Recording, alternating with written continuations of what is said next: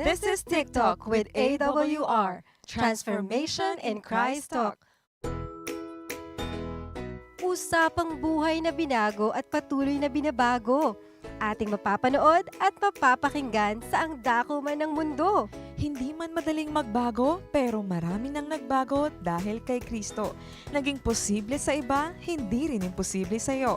My story could be your story. This is Jazel Diaz. And this is Rocky Lokban. Tara, samahan niyo kami every Tuesday 8 p.m. Dito lang sa AWR 89.1 FM. Hello mga ka-TikTok! Welcome to Transformation in Christ Talk with AWR.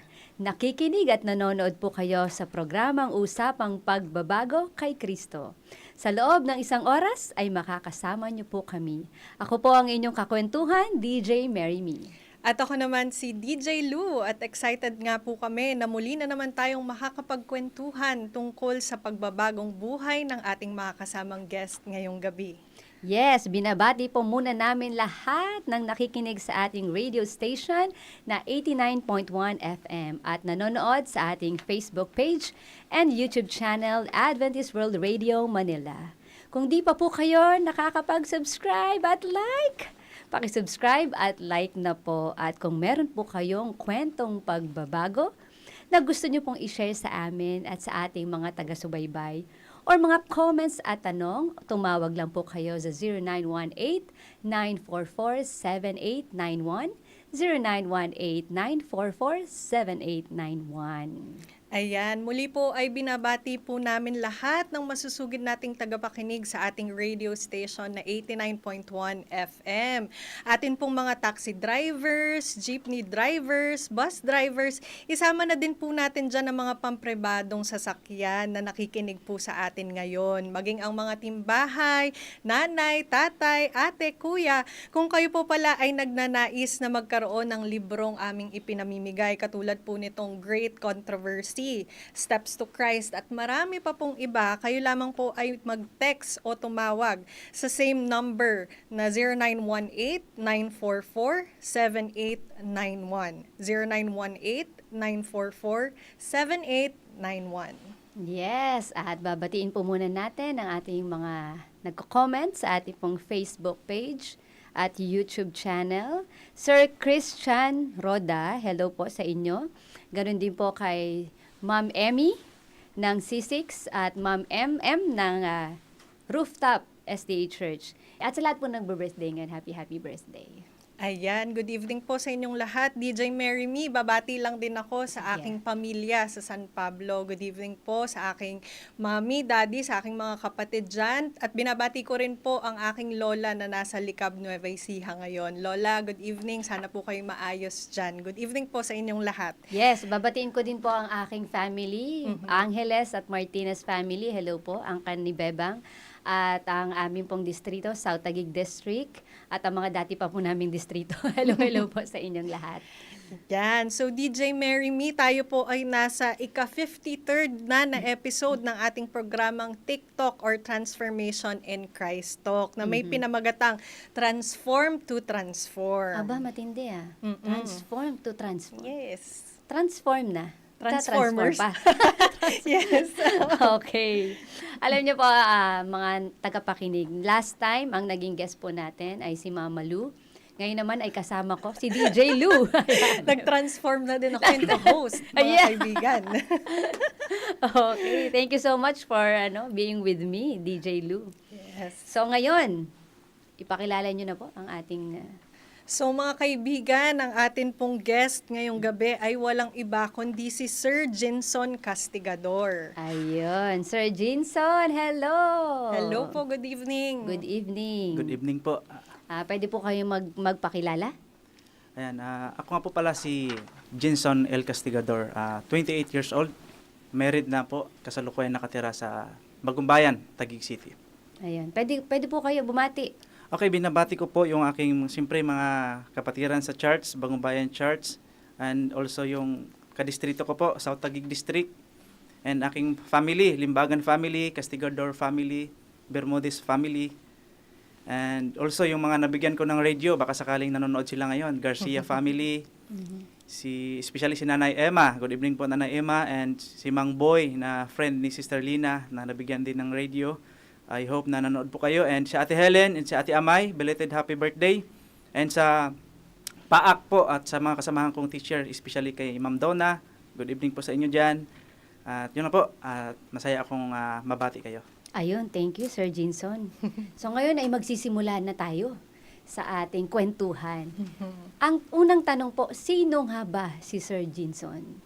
Ayan, so gusto kong i-start no, sa nung elementary pa ako, parang nung kasi doon ako parang nagkaroon na ng alaala.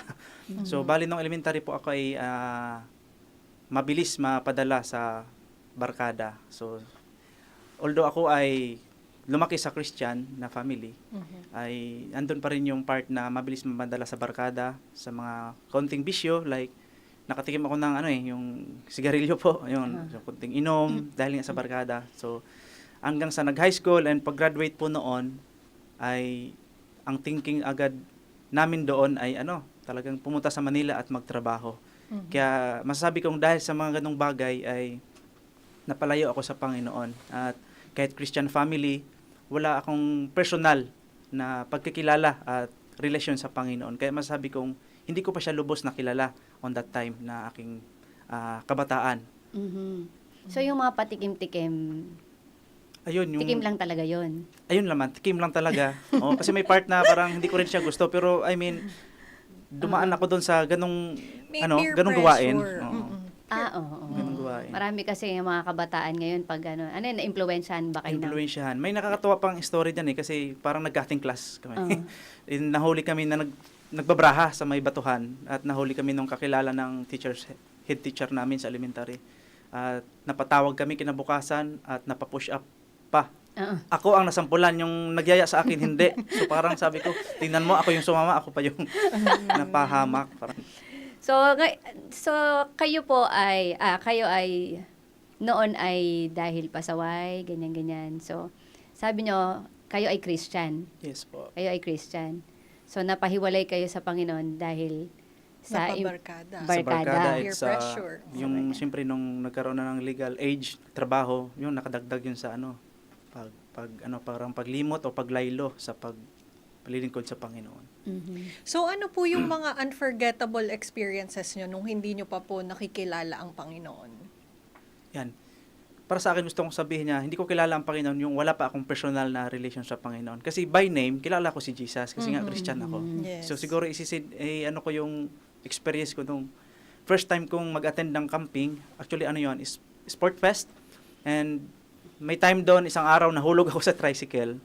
So, hindi ko siya makalimutan kasi parang napag-isip-isip ko hanggang ngayon na parang chance yun ng Panginoon para sa akin. Parang another chance ng buhay ko na maligtas, magkaroon ng buhay yung aking hanggang ngayon, buhay. So, yung experience na yon hindi ko makalimutan kasi unang join ko yun ng camping and bihira akong maka-join sa camping noon kasi lagi akong naiiwan sa bahay. Lagi ako yung napapag-iwanan ng mga gawain. And mga kapatid ko, sila yung napapasama sa camping na yung gustong-gusto mong sumama. And that time na sumama ako, yun naman ang nangyari sa akin, na nahulog sa tricycle. Oo nga, na first time din. No? Oo.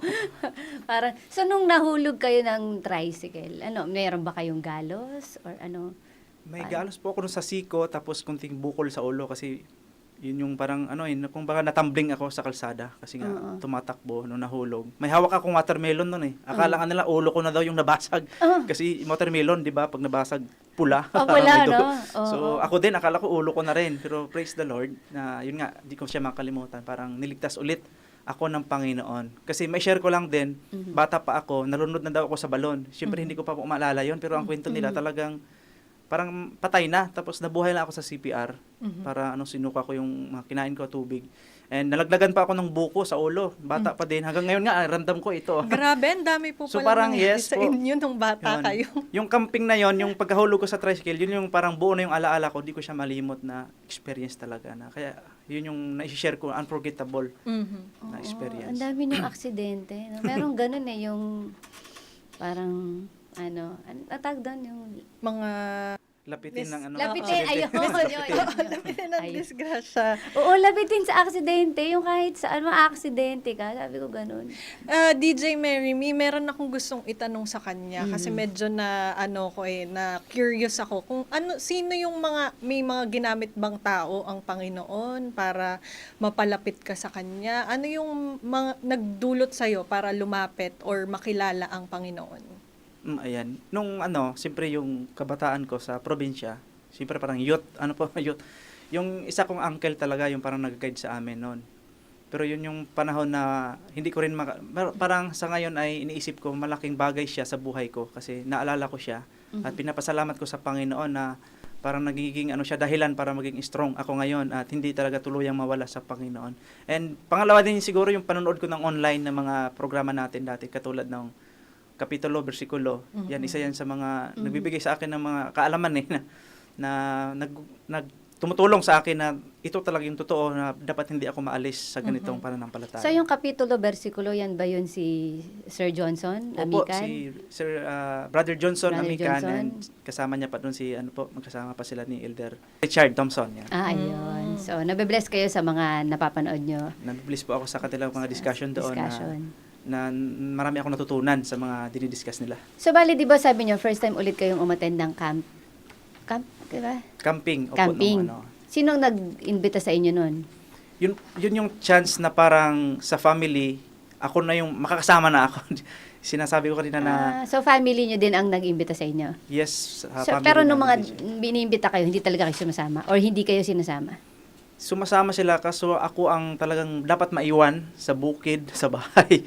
So parang ganun nagbubukid. yung nagbubukid, kailangan mag-alaga sa mga mga kalabaw, ganon. So, kaya ako yung umiiyak talaga, nalulungkot kasi andun bilang youth sana ay makakasama sa ganon. At sa ganong mga pagkakataon, pwede akong maging rebelde Pwede akong umayaw sa church, pwede akong magtanim ng hinanakit. So, part siguro din na amazed ako sa Panginoon na hindi ako naging ganon na bilang kabataan na naging rebellious, kundi tuloy-tuloy pa rin na Pero sa tingin nyo, bakit hindi kayo naging rebelde? Ayun. Na sa kabila ng gano'n na iniiwan kayo?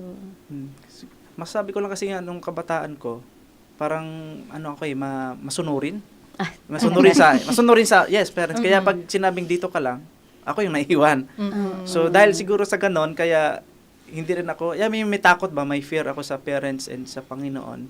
Hindi rin ako gumawa ng bagay na against sa Panginoon, rebellion na ganon. Siguro yun yung naisip ko na good thing na nilagay sa akin ng Panginoon. Kaya hindi ako naging, kumbaga, kontrabida, naging critic sa family and sa church. Hindi ako naging ganon yung aking papel, kundi yan, katulad na nung magkaroon ng chance ng camp, sumama na ako, yun, na-enjoy ko pa rin siya. Hindi na ako wag na nga lang, wag na ako, parang wala ako sa ganon, no.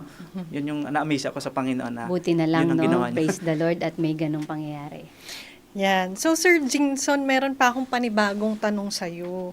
So, paano mo po masasabi na tunay kang binago ni Kristo sa buhay mo ngayon? Ngayon na nakilala mo na siya. Ayan. Pero wait lang, bago natin, alam kong excited na Sir Jinson, no? Bago po natin pagpatuloy ating pagkukwentuhan, ay makakapakinig po muna tayo ng isang awitin na ang title po ay Batid ng Diyos by Hermie Sulite.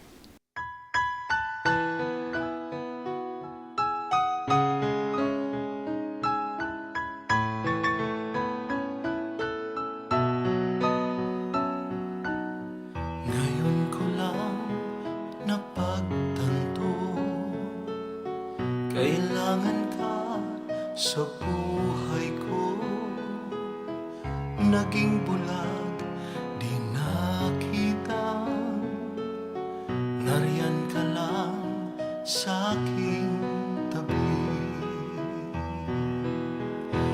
Luha mo'y batid ng Diyos, takot mo'y alam niya rin, hirap mo'y ramdam ng Diyos, kaya't lumapit sa Kanya.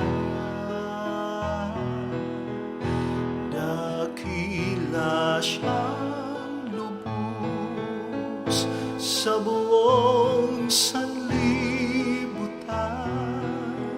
pasakit mo'y papawiin,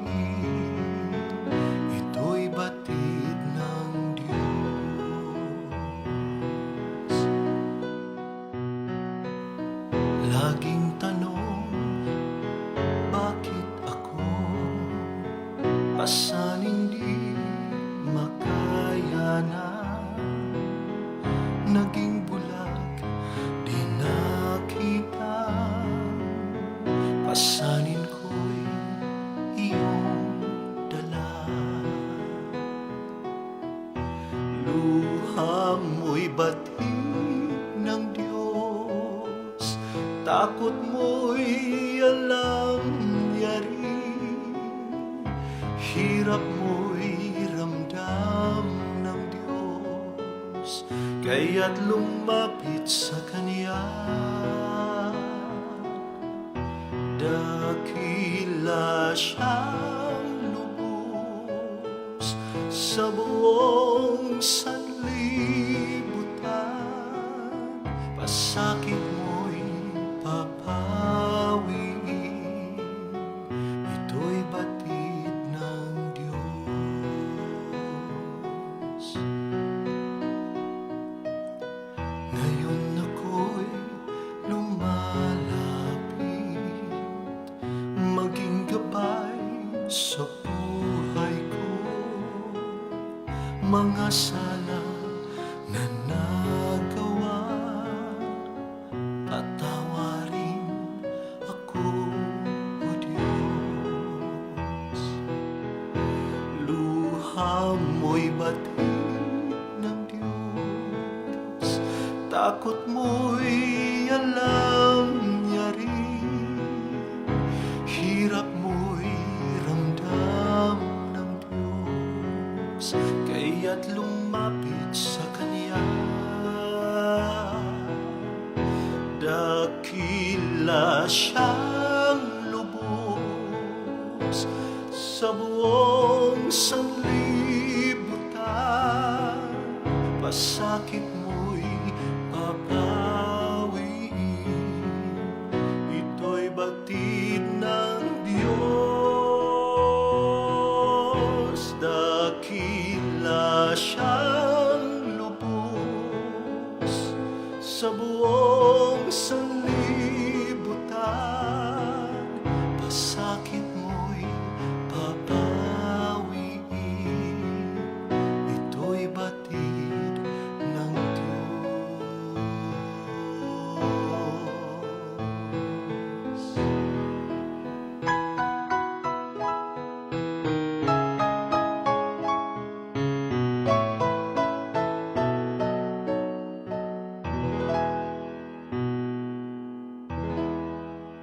Andito pa rin po tayo sa TikTok, Transformation in Christ Talk with AWR. This is DJ Lou, mga kaibigan. DJ Mary Me, patuloy pa rin po tayo nakikinig dito sa 89.1 FM at nanonood sa ating Facebook page and YouTube channel na Adventist World Radio Manila.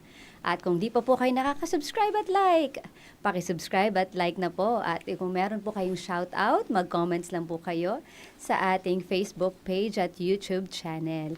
Or pwede rin po kayo mag-text or tumawag sa ating numerong 0918-944-7891, 0918-944-7891. At babati po muna tayo sa ating Facebook page.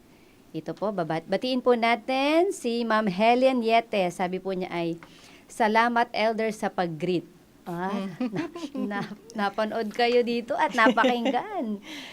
Sir Jinson, ganun din po, bati ni R. Christian Roda. Hello po, Sir Jinson. Ayan, muli po binabati po namin kayong lahat. Good evening po. Salamat po sa pag-tune in ngayong gabi. Yes, meron pa po tayong si Ma'am Vicky Samonte. Magandang gabi sa lahat. At Ma'am Lynn Rose Limbaga Notarion, sabi po niya ay God bless pamangkin. Mabait talaga yan. Bata na yan noon pa. Talaga naman. Batiin din po natin si Ma'am Concepcion Villones. Good evening po sa inyo everyone. From SDA Dasma, Cavite City. Watching with you. Hi, hello po ma'am. At si Sir Tope Yalon, pa-shoutout sa aking may bahay dyan sa ngayon sa Mayoris Event Place at kay Sis AC Cold. Thank you so Ayan. much po sa inyong pagsubaybay sa ating TikTok. Ngayon, DJ Mary Me, tayo po ay tumuloy na Yes. sa ating pagkikwentuhan. tuloy na ang pagtatanong. Sir Jinson, bukod po dun sa mga experiences na na-share nyo nung kayo'y kabataan, gusto ko pong mas malaman pa, makilala kayo ng lubos. Ano po, bukod po dun, ano po yung mga ginagawa nyo, yung work nyo po before nyo makilala ang Panginoon? Ayan.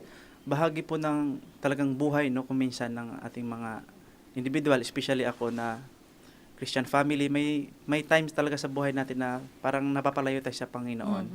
At yun na nga po, after kung mag-graduate ng high school, talagang pumunta agad sa Maynila para maghanap ng trabaho eh. At alam niyo naman po dito, ang hirap talaga ng kalagayan. Parang ang hirap magtapat sa city. No? Talagang mapapasaba ka sa work during Sabbath. So, yun po yung nangyari sa akin. Marami po akong dinaan ng trabaho eh. Mga dumaan ako sa bakery, nag-construction din ako kasi parang kaya ng katawan ko noon eh. Tapos pumasok ako sa security guard na alam naman natin pag security guard ay ang hirap po talaga ang makapag-day off. So dahil po doon, yan, umpisang parang nasabi ko sa sarili ko parang hindi na ako nakapagsimba at parang ang layo ko na sa Panginoon, prayer, worship, nawawala na yan. So yun po yung mga karanasan ko nung pagpunta ko dito sa Taguig para makipagsapalaran. So, pasabi nyo, hindi kayo makapagsimba. Ano po ba yun? Dati ba ay nakakapagsimba kayo ng, ano po ba, every week or every day? Nakapagsimba, yan, yung Wednesday, Friday, yung unang, kasi nakita ko ang sigla eh, nung pagdating mo sa Manila, may church pala. Tapos, attend ka rin. Pero nung nagka-work na, parang at andun yung parang hinahabol ka kasi na-share ko kanina nung kabataan, nakapag-church, nakapag-join pa ng camping. Tapos pagdating dito, dahil sa work, parang hindi ka na nakaano sa pag-church. Yung midweek, Friday, nawawala na. And yung wala ka rin yung pamilya mo, wala dito. Yung parang wala yung kasama, mag-encourage sa'yo. Parang yun yung moment na parang unti-unti nang nalalayo na talaga sa gawain ng Panginoon. At sa relationship mismo ni Jesus Christ. I think yan po talaga yung common struggles ng mga Adventist ngayon, no? Yung maghanap ng work na walang Sabado. Hindi po Bale, ba? Sir Jinson, kayo ay Adventist. Opo, born Adventist ako talaga. Ah. And masasabi ko na personal po na experience, hindi natin masabi na porque born Adventist ay may personal na relasyon na kay Jesus yan. Which is yun po yung nangyari sa akin. Later ko lang siya yung nakilala. Kaya nga yung sa tanong dito na kanina na nakilala mo si Jesus, yun yung term ko na nagkaroon ako ng personal relation. Kasi from bata ako, kilala ko siya by name. Pero wala yung personal relationship. So, para sa akin, yung magkakaroon ako ng personal relationship niyan, yung mga sumunod na nangyari ko sa aking buhay after mag-work, after ma-realize lahat, yun, doon ko siya na-encounter na ito pala ang tunay na Jesus na dapat nakilala ko noon pa. So, sabi nyo, hindi kayo nakakasimba ng Sabado. Tama po? Yes po. So, midweek, vesper, tsaka Sabado, hindi kayo nakakasimba. At yun ay, ano pong nararamdaman nyo? Habang nag-work kayo ng ganong panahon, ano ba yung nararamdaman nyo? Actually, pag nasa duty po ako, DJ Mary May, ay lagi kong na-realize na what if mamatay ako, parang ganyan, kasi security guard, di ba? Baka bigla may magnanakaw. Tama. And yan yung parang andun yung guilt talaga actually sa kasi naranasan mo magsimba, makasama yung mga kapatiran and bigla na lang hindi na. So tsaka yung mga takbo ng isip iba na eh, parang gusto mo nang yumaman, gusto mo nang ibang bagay na sobrang layo na sa goal mo na yung goal ng Panginoon para sa buhay ko. Parang layo na, yun yung nagiging naranasan ko na iba na yung thinking ko, yung mga ginugol sa buhay. Nagkakaroon ng guilt na bakit ganun Lord, parang iba, malayo. So, paano nyo na-encounter ngayon si Jesus? Kasi nung ganun nga yung experiences nyo. Nakarinig ako ng isang message yan sa mga online panonood. Then, minsan kasi may time na may day off, so nakapagsimba. So, doon ko nahimok na magbalik. At nag-decide talaga ako doon na mag-resign. Sabi ko, mag-resign na ako, and after ko mag-resign noon, nag-join ako sa literature evangelist. And after that, doon ko na parang pinanindigan talaga na anumang work ko na susunod, hindi ko na i-compromise yung Sabat. Kaya nung pumasok ulit ako actually dito yan, sa Ayala Malls, nakapagtrabaho ulit ako dyan, talagang, di ko na pinasukan yung Sabat kasi doon po parang sabi ko, Lord, parang lumaya na ako doon sa pagiging security, parang ganun. Then, ngayon ay maninindigan na ako sa aking faith. Hanggang sa nag-aral nga po ako sa TCU, during may klase ng Sabat, talagang, actually, nakakatuwang part nagkaroon ako ng UD, yung ibig sabihin na unofficially drop. dahil hindi ko pinapasukan yung subject. Oo. Pero sa tulong ng Panginoon ay graduate pa rin ako ng 4 years lang din. Mhm. So yun yung parang naano ko na reflect.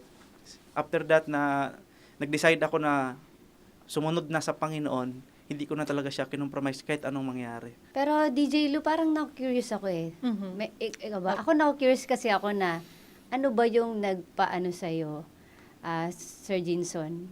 Nag-push sa'yo na yung mindset mo, ibahin mo na ngayon ay sasamba ka na, di ba? Hindi ka na mag-work o hindi ka na magtatrabaho, o hindi ka na mag-aaral ng araw ng Sabat. Meron ka bang Bible verse o meron ka bang sermon na napakinggan na ano yun? Okay, so yung time na nabanggit ko kanina, nagkaroon ng chance na makapagsimba at nag-resign, nag-join pa ako sa literature, sa evangelism, ay doon ko na-decide na dire-diretso na to, wala nang balikan. And nag-join ako ng camp, youth camp, at doon ko napakinggan ko yung parang tinapik doon yung sanctuary, at napakaganda nung pagka-discuss niya, at parang doon ko nagkaroon ako ng talagang close na meeting, kumbaga nakilala ko si Christ, na doon talaga hindi lang by name na Jesus. Kung nakilala ko siya, yung kanyang ginawa, yung kanyang mission, para lang sa akin na makasalanan, iligtas ako. So parang yun yung moment na nagbago na aking pananaw sa aking buhay, na talagang doon ko naramdaman na Lord, salamat talaga. Yung masabi ko nga, doon ko siya nakilala ng lubos, na hindi lang sa pangalang Jesus, kundi yung relationship na meron kami ni Jesus. Close relationship, yun nga sinasabi nila. Wow, praise the Lord. Napakaganda po ng inyong testimony, Sir Jinson. So, ano pa po ba ang, sa tingin nyo, sino na po kayo ngayon na nakilala nyo ang Panginoon? Ayan. Nakilala ko si Jesus, talagang naramdaman kong pagbabago niya sa aking yung kaninang nasabi ko, iba yung thinking ko, parang binago rin ni Jesus yun eh. Nagbago na rin yung thinking ko, wala na akong pakialam kasi kahit sino, pwedeng may chance talagang yumaman kung gugustuhin, i-work out mo yan. May ganyan, di ba? Pero nabago na yung thinking ko na parang basta sa mission ng Panginoon. And dati po, i-share ko lang din, dumating sa time talaga na yung tingin ko sa mga kapatid, mga mapagkunwari. Di ko maintindihan yung sarili ko. Pag may nagsimba, after mag-prayer, sabi ko, nandito na naman yung mga mapagkunwari, ganyan. And na-realize ko na parang hindi maganda ito. Something wrong with me, hindi sa kanila. So yun talaga po, personal nilihod ko sa Panginoon. Lord, talagang iba itong nararamdaman ko, baguhin niyo po ako. And after po nung prayer ko noon, naramdaman ko rin yung pagdinig ng Panginoon sa aking panalangin. Gumaan yung aking pakiramdam, at di na ako tumitingin sa aking kapwa. Parang kay Jesus na ako tumitingin. Grabe Yan po. yung ako ngayon, yun yung ako ngayon. yun yung aking parang estado sa aking pananampalataya, na may mga kapatid tayo, hindi rin perfect, pero wala na ako sa ganun na tumingin sa kanila, kay Christ na. Amen. So, isang prayer lang ba yon, Sir Jinson? Yung moment na yun, Yung moment DJ na Mary, yun. kasi iba, nagsisimba ako noon, di ba? Tapos, iba yung thinking na di ba? Parang judgmental ka sa iba. Parang after simba, parang tingin mo, dito na naman yung mga kunwari, banal-banalan. Ganun ako eh. So, ang ginawa ko ay, tinanong ko ang Panginoon, iba ito hindi ito dapat ako ganito. So, yun talaga yung parang naging tapat ako sa Panginoon sa pamagitan ng prayer ko noon. Lord, tanggalin niyo sa akin itong ganitong pakiramdam. At parang dininig ng Panginoon, pag after ng prayer ko, talagang ang gaan sa pakiramdam, at parang sumigla ako na parang willing na ulit mag-serve sa kanya na buong buo, parang gano'n. Wow, praise the Lord. Ibig sabihin, DJ Lu, na kahit pala isang beses ka lang manalangin, pero pag buong puso mong ipinalangin sa Panginoon, on the spot Yes. Meron ka bang ganong experience na on the spot, biglang sinagot agad ng Panginoon, or binago ka kaagad, di ba? Oh, grabe.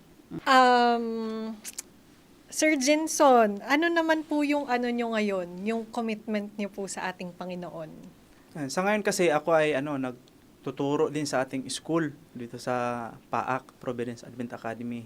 So bali dyan ay ginagawa ko talaga ang best ko na maging mabuting ehemplo sa mga kabataan, maturuan sila. And commitment ko ngayon din kasi ay nag-enroll ako sa AUP, sa theology. So parang yung commitment ko na kilala ko na si Christ, gusto ko pa siyang makilala pa ng mas malalim. Ang goal ko naman ay para maipakilala ko din siya sa iba. Lalo na yung hindi pa nakakilala na sa sa kalagayan ng kadiliman, or sa katulad ng experience ko nung nakaraan na parang nag-struggle pa, dual sisiba o hindi. Parang gusto ko rin na makatulong sana din sa kanila sa pamagitan din ng knowledge na ibibigay sa akin ng Panginoon. So, yan yung mga commitment ko ngayon. Kaya kung ako ay available, pag may tumawag pastor o elder, hanggat ako ay available, talagang nag-go ako doon. Aba, talaga naman, Sir Jinson. Pero ano po ngayon ba ang ginagawa ninyo? Kayo ba ay nagtatrabaho ngayon? Tatrabaho po ako as part-time teacher. And, Oh, teacher. and nag-aaral din somehow. Opo. Talaga. Tapos kapag tinawagan kayo, go kayo. Kahit ano pa yan, kahit busy kayo. Nagtuturo na, nag-aaral pa. Praise the Lord sa inyong commitment sa ating Panginoon. Opo. So, bago po yan, bago tayo magpatuloy at makapagkwentuhan pa kay Sir Jinson, ay makakapakinig po muna tayo ng isang awiting Lumapit sa Kanya by Cross Verse.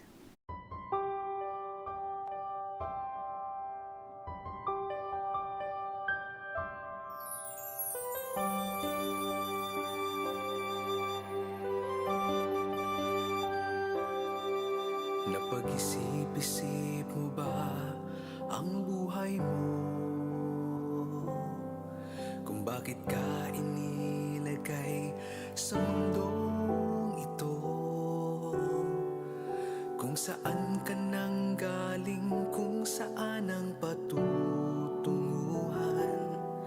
May dahilan kahit hindi mo ito alam.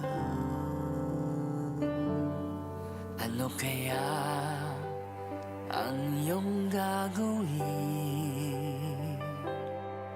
Pagpapatuloy mo ba ang iyong mga gawain?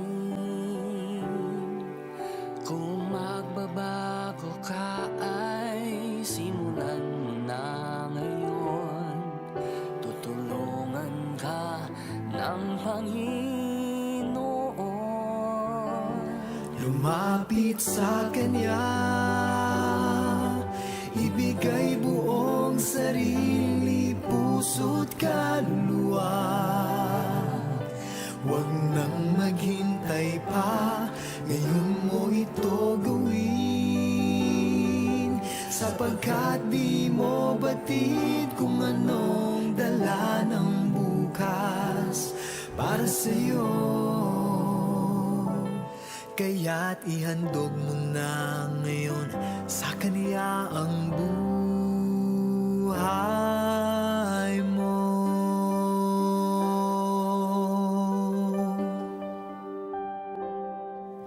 Buhay natin ay pansamantala. Isang saglit ika'y buhay, tapos wala ka na. Kaya't ngayon ang panahon, harapin ang katotohanan. Diyos lamang ang may buhay na walang hanggan. Lumapit sa Kanya, ibigay buong sarili, puso't kaluluwa. Huwag nang maghintay pa, ngayon mo ito gawin. Sapagkat di mo batid kung anong dala ng bukas para sa'yo. Kaya't ihandog mo na ngayon sa Kanya ang buhay mo. Huwag nang magduda pa, ngayon'y gawin mo na.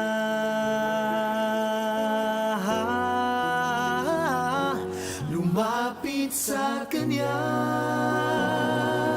ibigay buong sarili, puso't kaluluwa. Huwag nang maghintay pa, ngayon mo ito gawin. Sapagkat di mo batid kung anong dala ng bukas para sa'yo. Kaya't ihandog mo na ngayon sa Kanya. Kaya't ihandog mo na ngayon sa Kanya. Kaya't ihandog mo na ngayon sa Kanya ang buhay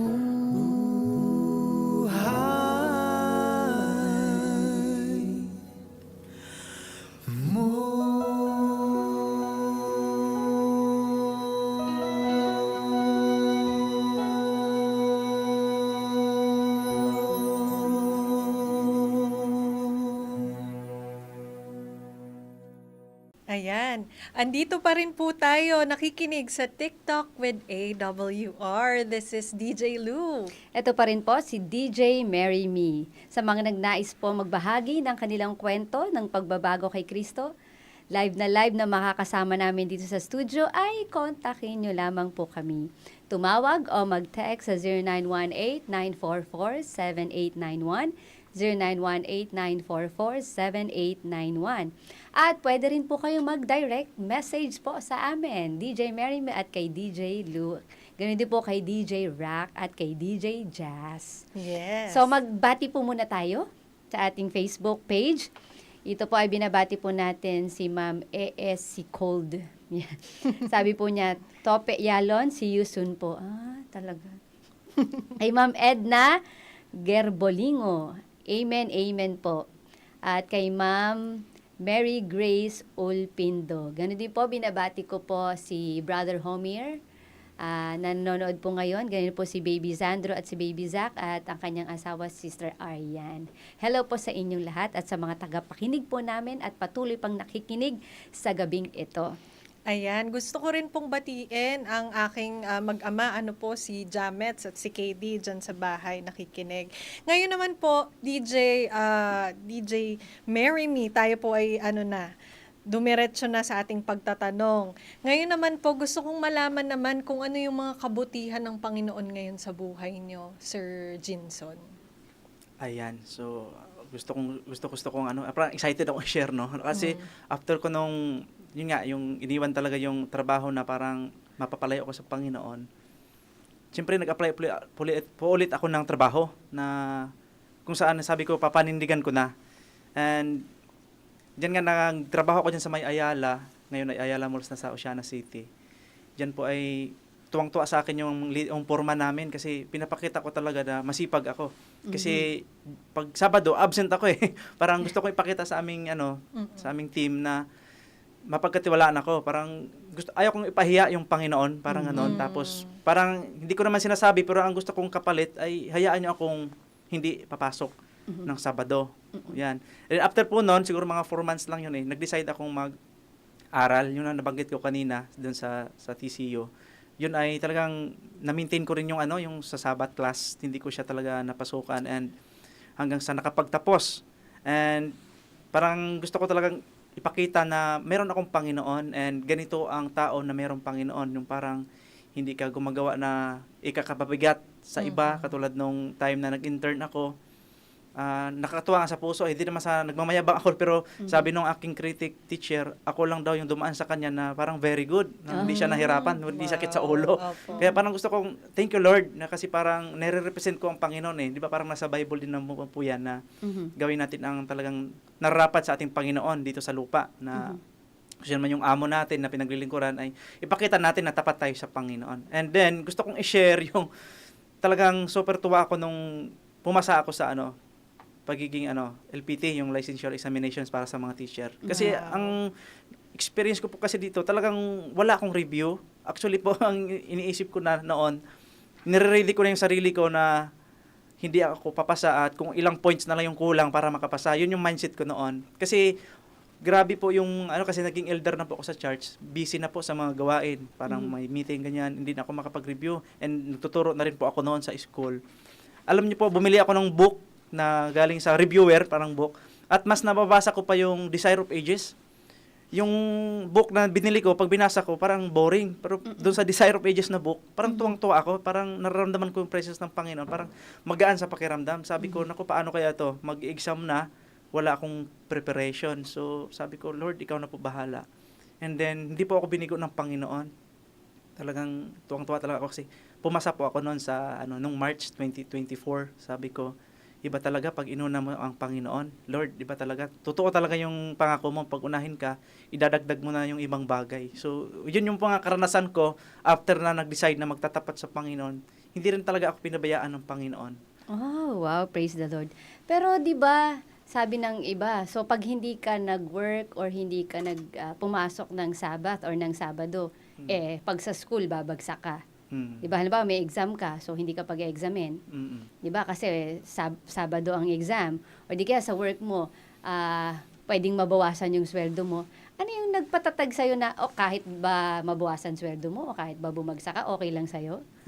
Ayan, parang alam niyo po yung buhay na lalakad ka sa yung may danger, tapos Panginoon ang bahala. Yun yung nasa akin eh. Nung pumasok ako diyan sa Oceana City, sabi ko, Panginoon ang bahala. Kaya kahit umabsent ako, bahala ng Panginoon. Yun, naging okay ako sa leader namin. At nung nasa school na ako, talagang may times na hindi ako pumapasok. Kaya nga naging UD ako eh. Kasi ang mali ko rin, hindi talaga ako nagpaalam din sa teacher. Parang aware naman siya sa simula eh. Tapos, nang pag Sabado na, hindi na ako pumapasok. So, kaya siguro naging UD din ako, officially drop. Kasi nga, wala akong appearance. So, ang sa akin naman doon ay, bahala ng Panginoon. Willing akong bumalik. Sabi ko nga eh, Lord, pag bumagsak ako, willing ako. Babalik, kahit gano'n. Yun yung willingness na, bahala na. Basta, kasi decided na ako na follow Jesus na talaga. So, kung bumagsak man ako, Lord, babalikan ko, okay lang. Parang gano'n sa akin. Basta, nasa gawain ako during Sabat, nasa ako ministries. So, bali, hindi ka nag-aalala na, halimbawa, sa pera, halimbawa, sa pag-aaral mo, di kaya kasi kung uulit ka, magbabayad ka ulit, di ba? Ulitin mo yung subject mo. Di kaya sa work, kung hindi ka naman magtatrabaho ng Sabado, kakaltas naman sa sweldo mo. Parang hindi ka nag-aalala, so sabi mo lang, bahala na ang Diyos, okay lang sa'yo. Opo. Yun po yung kagandahan na yung parang nagkaroon ka na ng close relationship sa Panginoon. Parang kampante ka na siya ang bahala mag-provide. So, yun yung nandun sa akin. Hanggang ngayon, yan yung inisip ko pag dumaan sa problema. Excited ako kung anong gagawin ng Panginoon. Kasi nga, yung sa Luke 18 verse 27, kung hindi ako nagkakamali, yung imposible para sa atin, posible sa Panginoon. So, yan yung ko, yung parang naging prinsipyo ko na rin na basta magtapat ako sa Panginoon, basta nasa tama, alam ko nagagawa ng himala ang Panginoon. Okay, wow, grabe. Talagang pag nagtapat ka, lahat gagawin ng ating Panginoon. Yes, amen. So ngayon, DJ Lu, meron tayong caller. Yes. Ito, tawagan na po natin ang ating caller. Ang alam niyo po, ang ating pong caller ay matutuwa kayo kasi ito po ay love of his life po ng ating guest po ngayon. Yes. Ayan. Siya po si Ma'am Chill. Ma'am Chill, nandiyan ka ba? Yes po. Ayun! Ayan, nandyan na siya. Ma'am Chill, alam ko nakikinig ka at napakinggan mo ang mga sinabi ng iyong Labidabs. Yes po. Ano po? Loud and clear. Yes, ano po ang masasabi niyo? Yes, ma'am, ang masasabi ko lang po na buti na lang, napakabuti ng Panginoon na binuhay siya ng ilang beses para magkita kaming dalawa. Yes. Oh, talaga. Oo. Tsaka sobrang, kahit yung kwento niya, ma'am, na mga ganyang story niya na paulit-ulit, masarap pa rin pakinggan. Ako po kasi first hand, kung nasaksihan, kung gaano siya katapat sa Panginoon, no? So, parang yung story ngayon na alaala ko lahat ng mga sacrifices niya, yung kabutihan ng Panginoon, paano din ako umiyak kasi grabe talaga ang Panginoon kapag sa taong tapat. Napaka-blessful niya sa tao. So, masaya, ma'am, na bless ako kahit kilala ko na yung asawa ko, pero Parang naiiyak si Ma'am Chill. continually, na-bless talaga ako sa experience niya at sa pagtatapat niya, ma'am. Kasi during my younger years talaga, sabi ko, kailangan SDA ang maasawa ko para tulungan akong magtapat sa Panginoon. At napakaswerte na na-meet ko po ang asawa ko na ganyan po yung standing niya sa Panginoon po. Wow, mukhang Praise God. Praise the Lord. Mukhang mamaya may libre si Ma'am Chill. Wow, napakaganda na po at napaka-sweet. Tayo talagang mga asawa ang first hand na makakakita ng mga experiences ng pagtatapat ng ating mga asawa. Ano po, DJ Mary Me? Oo, tsaka yung naiyak si Ma'am Chill ngayon. Grabe. Kahit alam mo, araw-araw na silang magkasama, pero napakinggan ulit yung testimony ni Sir Oo, Jinson. wow. Talaga namang na-touch siya at alam kong na-bless siya talaga dahil nga yung sabi niyang paulit-ulit. Yes.